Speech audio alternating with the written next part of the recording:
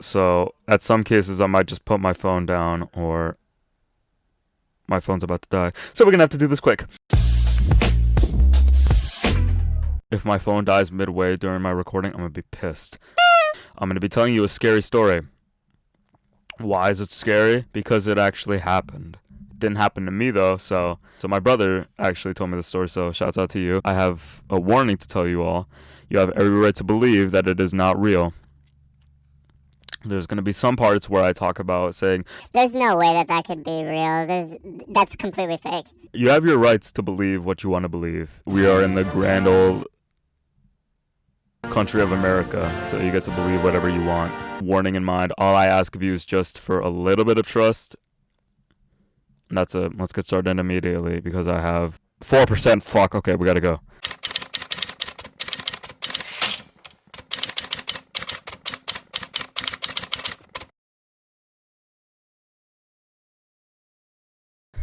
So, background knowledge. My brother is an EMT.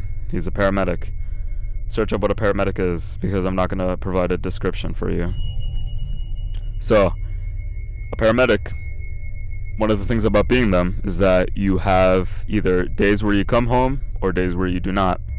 The days you do not come home, you'll never come home for the day. You just have to take a night shift and then you'll be on your way right after. So, on one of the days that he was on his night shift, he got a call from his dispatch saying, hey, there's a woman in her house that was having severe seizures and they need you there. But we're going to be holding you off for a little bit until we give you confirmation to go. Why? That's a really weird thing. If the seizures are severe, then you should be going there immediately because severe seizures could be very dangerous and life-threatening. I don't know about life-threatening, but it is very dangerous. And normally that would be like a one-way ticket to the hospital. If the severe seizures are not stopping, then yeah, okay, you will have to go. But for some reason, they said, hold off, do not go there yet.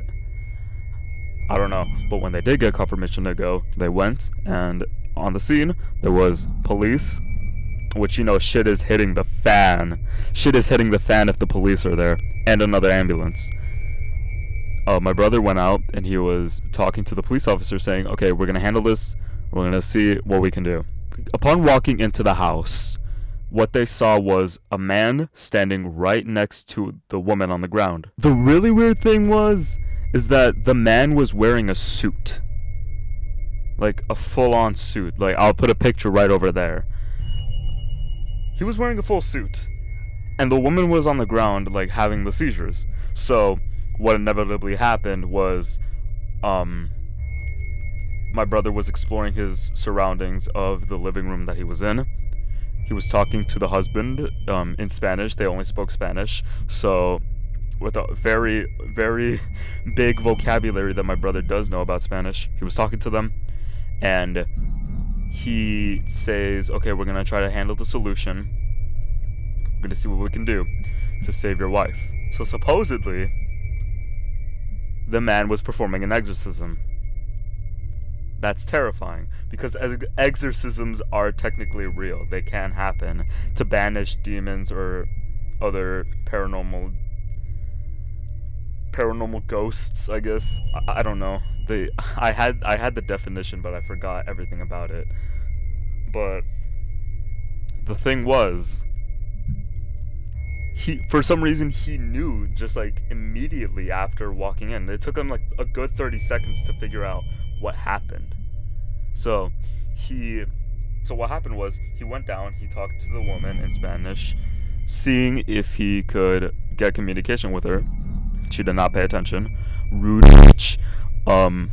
So what happened was he had to put her on a sedative, which you can consider it to be like a tranquilizer to knock her out.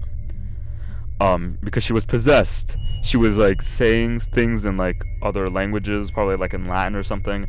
And the only Spanish that she spoke was, and I'm not shitting you, she said, I'm going to take your children and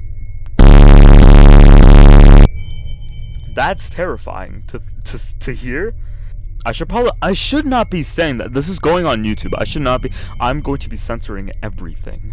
My brother did not want to touch her, so they used the sedative, and upon using the sedative, my brother and his partner had to pick them up and bring them to those beds. I'll put another picture up there to show what I mean. Those hospital beds. So they did that very quickly because they didn't want to touch her at all. My brother pushed her onto the ambulance, and my brother's partner was telling the police officer and the husband what was going to be happening, what they had to do. So that's basically the end for the partner story, even though nobody asked for it. My brother, he was on this device that makes the reports whilst you're on the ambulance, and they need to be filed upon getting the patient on the ambulance. And in the ambulance, there was a new recruit because they just joined in. I'm not sure how long, maybe like 2 or 3 days they were new. My brother's been working there for 2 years. He was saying sorry for my shaky performance. This is not how I usually am. But until she got information from my brother, she was like, okay, yeah, I completely understand. I would be just as terrified as you are. So the new recruit kept an eye on her, and my brother was making the report. This is the scariest part. If you hear this, you would genuinely be terrified. Like, I'm pretty sure that everyone would not want to hear this term. I just realized, should I say my brother's name?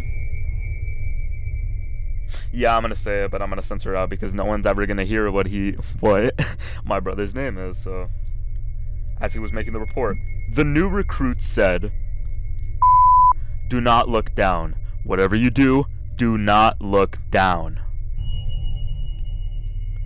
My brother looked down. My brother looked down, and what he saw was terrifying because he saw the woman who woke up from the sedative staring right into him with a creepy smile. Think of the woman that I put in the thumbnail. My phone died. That's perfect. So, yay! I'm gonna kill myself. So I guess the rest of my story will be with no face cam. So what was I saying? Think of the woman in the profile, not the profile picture. Definitely not my profile picture. Firstly, there is no women in it. That sounds very wrong to say, but we got the choir, homies. So that's good. Think of this woman in the thumbnail. Think of it like that, but a little bit more creepy. I don't know what my brother did after. He was like, "Oh, that's fun." He probably said something like that because that's how he is, kind of. But he was finished.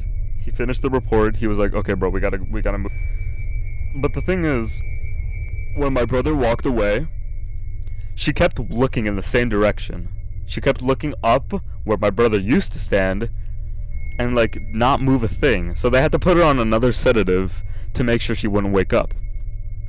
So they drove to the hospital where my brother was reporting to, and one of the first things that he said upon getting there was, "Hey, be aware, this woman has gone under a exorcism. She is possessed, so be very careful." Imagine being a doctor and having to experience my brother say that to you. You would be terrified.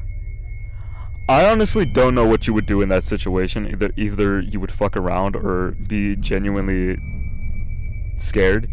Because who would want to deal with someone who's possessed by a fucking demon? How did the woman even get possessed? I don't know. Clearly the man messed up on the ritual.